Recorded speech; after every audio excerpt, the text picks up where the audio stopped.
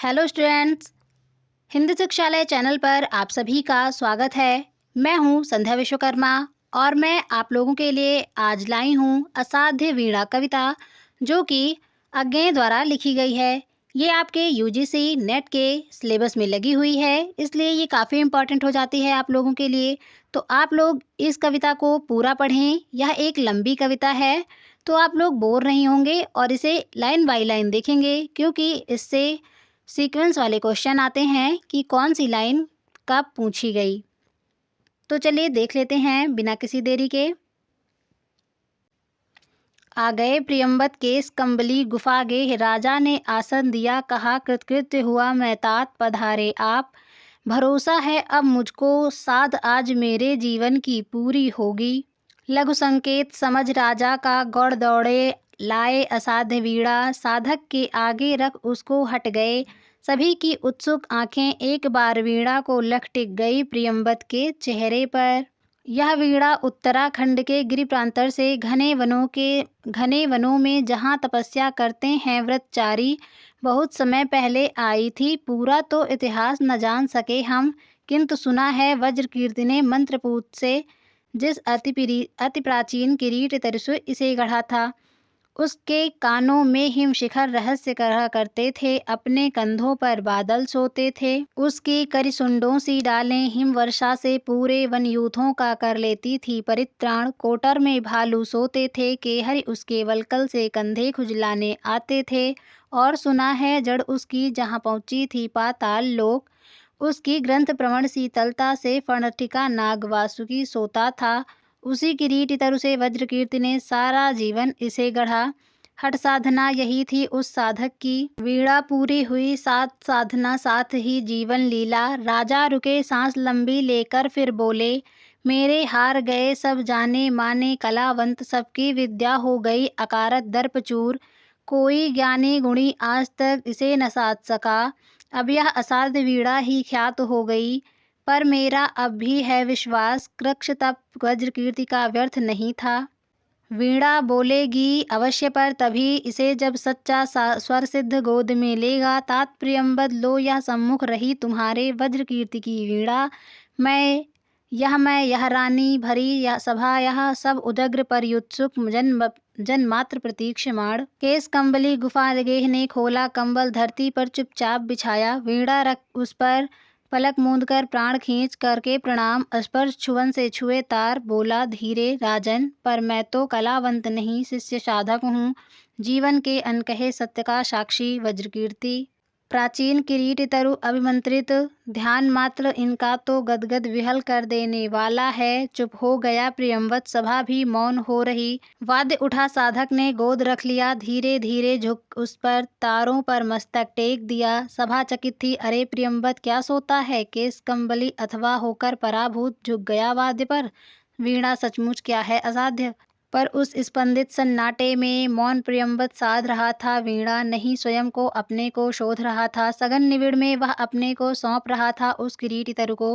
कौन प्रियंवद है कि दंभ पर इस आमंत्रित कारुवाद्य का सम्मुख आवे, कौन बजावे यह वीणा जो स्वयं एक जीवन भर की साधना रही। भूल गया था केस कंबली राजा सभा को, कंबल पर अभिमंत्रित एक अकेलेपन में डूब गया था जिस साक्षी के आगे था जीवित वही किरीट तरु, जिसकी जड़ वासुकी के फण पर थी आधारित, जिसके कंधों पर बादल सोते थे और कान में जिसके हिमगिरी करते थे अपने रहस्य संबोधित कर उस तरु को करता था नीरव एकालाप। प्रियंवद ओ विशाल तरु शत सहस्त्र पल्लवन पतझरों ने जिसका नित्य रूप समारा। कितनी बरसातों कितने खद्योतों ने आरती उतारी, दिन भौरे कर गए गुंजरित रातों में झिल्ली ने अनकथ मंगलगान सुनाए। सांझ सवेरे अनगिन अनचिन्हे खक्कुल की मोद भरी क्रीड़ा, काकली डाली डाली को कपा गई ओ दीर्घकाय। ओ पूरे झारखंड के अग्रज तात सखा गुरु आश्रय, त्राता महच्छाय ओ व्याकुल मुखरित वन ध्वनियों के वृंदगान के मूर्त रूप मैं तुझे सुनूं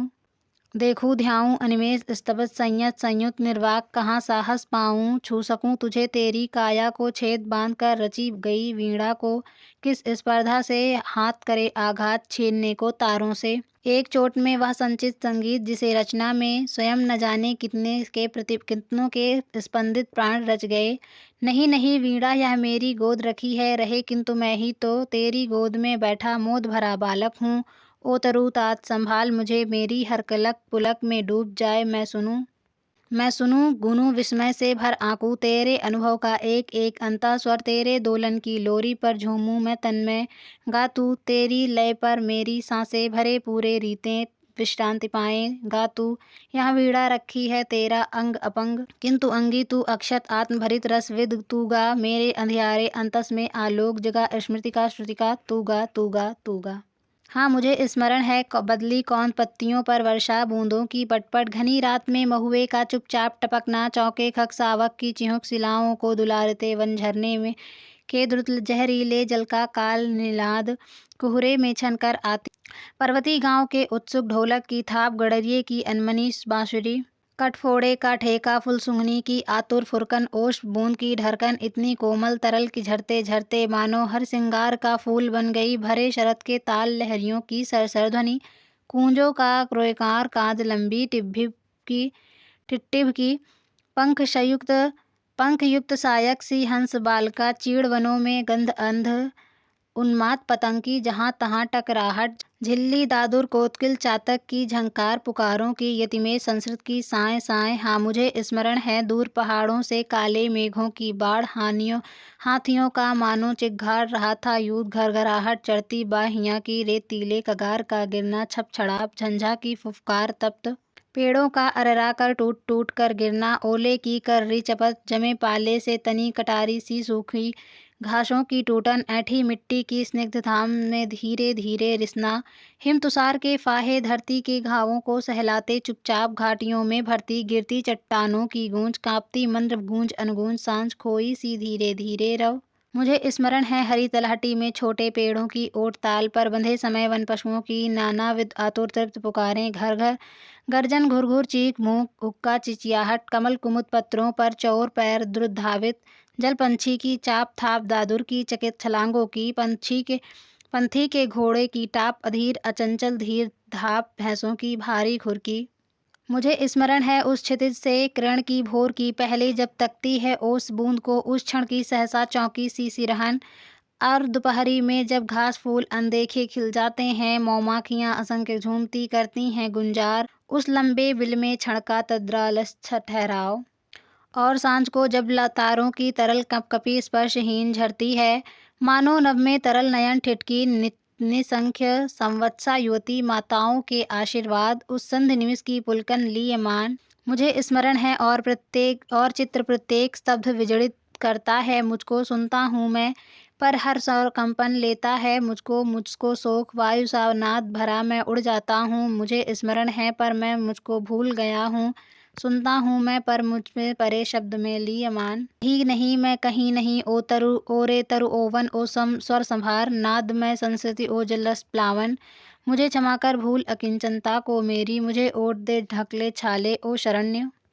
मेरे गूंगेपन को तेरे सोए स्वर सागर का ज्वार डुबा ले, मुझे भुला तू उतर वीण के तारों में, अपने सेगा अपने कोगा, अपने खगकुल को मुखरित कर, अपनी छाया में पले मृगों की चौकड़ियों को ताल बांध, अपने छाया तब वृष्टि पवन पल्लव कुसुमन की लय पर, अपने जीवन संचय को कर छंद युक्त, अपनी प्रज्ञा को वाणी दे तू गा तू गा, तू सन्निधि पा तू खो तू आ तू हो तू गा तू गा। राजा जागे समाधिस्थ, संगीतकार का हाथ उठा, कांपी थी उंगलियां, अलस अंगड़ाई लेकर मानो जाग उठी थी वीणा, किलक उठे थे स्वर शिशु नीरव पद रखता, जालिक मायावी सधे करों से सीधे धीरे धीरे डाल रहा था जाल हेम तारों का। सहसा वीणा झंझना उठी, संगीतकार की आंखों में ठंडी पिघली ज्वाला सी झलक गई, रोमांच एक बिजली सा सबके तन में दौड़ गया। अवतरित हुआ संगीत स्वयंभू, जिसमें सोता है अखंड ब्रह्मा का मौन, अशेष प्रभा में डूब गए एक साथ, सब अलग अलग एकाकी तार पिरे। राजा ने अलग सुना, जयदेवी यशहकाय वरमाल लिए गाती थी मंगल गीत, दुदुम्भी दूर कहीं बजती थी, राजमुकुट सहसा हल्का हो आया था, मानो हो फूल शिरीष का। ईर्ष्या महत्वाकांक्षा द्वेष चाटुता सभी पुराने लुंगड़े से झर गए, निखर आया था जीवन कांचन, धर्म भाव से जिसे निछावर वह कर देगा। रानी ने अलग सुना छठी बदली में एक कौन कह गई, तुम्हारे ये मणिमाणक कंठहार पटवस्त्र मेखला किंकड़ी सब अंधकार के कण हैं, ये आलोक एक है पर अनन्य उसी की विद्युता घेरती रहती है, रसभार मेघ को थिरक उसी की छाती पर उसमें छिपकर सो जाती है।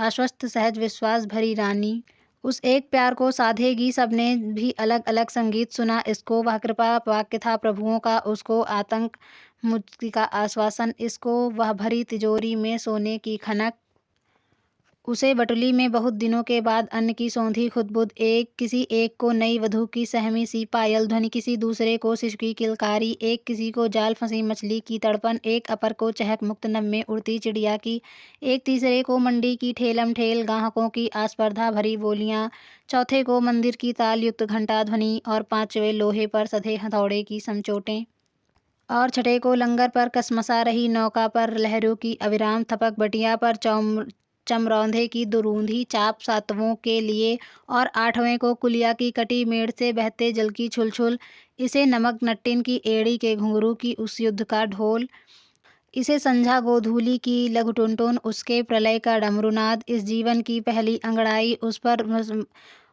पर उसको महाजृंभ विकराल काल, सब डूब गए सब डूबे तिरे झिपे जागे हो रहे वंशवद स्तब्ध इत्यता, सबकी अलग अलग जागी संगीत हुई पा गई विलय। वीणा फिर मूक हो गई, साधु साधु राजा सिंहासन से उतरे, रानी ने अर्पित की सतलड़ी माल, जनता विहल कह उठी धन्य है ईश्वरजित धन्य धन्य। संगीतकार वीणा को धीरे से नीचे रख ढक मानो गोदी में सोए शिशु को पालने डालकर मुग्धा माँ हट जाए दीठ से दुलारती उठ खड़ा हुआ और बढ़ते राजा का हाथ उठाकर आवर्जन बोला, श्रेय नहीं कुछ मेरा, मैं तो डूब गया था स्वयं शून्य में, वीणा के माध्यम से अपने को मैंने सब कुछ सौंप दिया था, सुना आपने जो वह मेरा नहीं न वीणा का था, वह तो सब कुछ था की तत्ता थी महाशून्य वह महामौन, अविभाज्य अनाप्त अद्रवित अप्रमेय जो शब्दहीन सब में गाता है। नमस्कार कर मुड़ा प्रियंवत केस कंबली लेकर कंबल गेह गुफा को चला गया, उड़ गई सभा सब अपने अपने काम लगे युग पलट गया। नमस्कार कर मुड़ा प्रियंवत केस कंबली लेकर कंबल गुफा गेह को चला गया, उड़ गई सभा सब अपने अपने काम लगे युग पलट गया। प्रिय पाठक, यूँ मेरी वाणी भी मौन हुई।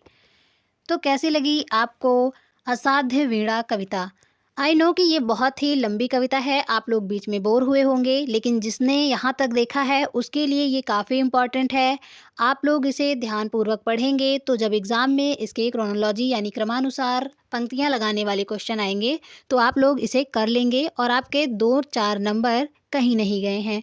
तो आई होप आप लोगों को वीडियो पसंद आई हो और हेल्पफुल लगी हो तो वीडियो को लाइक करो और हमारे चैनल से ज़रूर जुड़ जाओ ताकि मैं आपको ऐसी ही और इन्फॉर्मेटिव वीडियोस प्रोवाइड कर दूं। आज की इस वीडियो में बस इतना ही, मिलते हैं अगली नेक्स्ट और अच्छी कविता के साथ, तब तक के लिए धन्यवाद।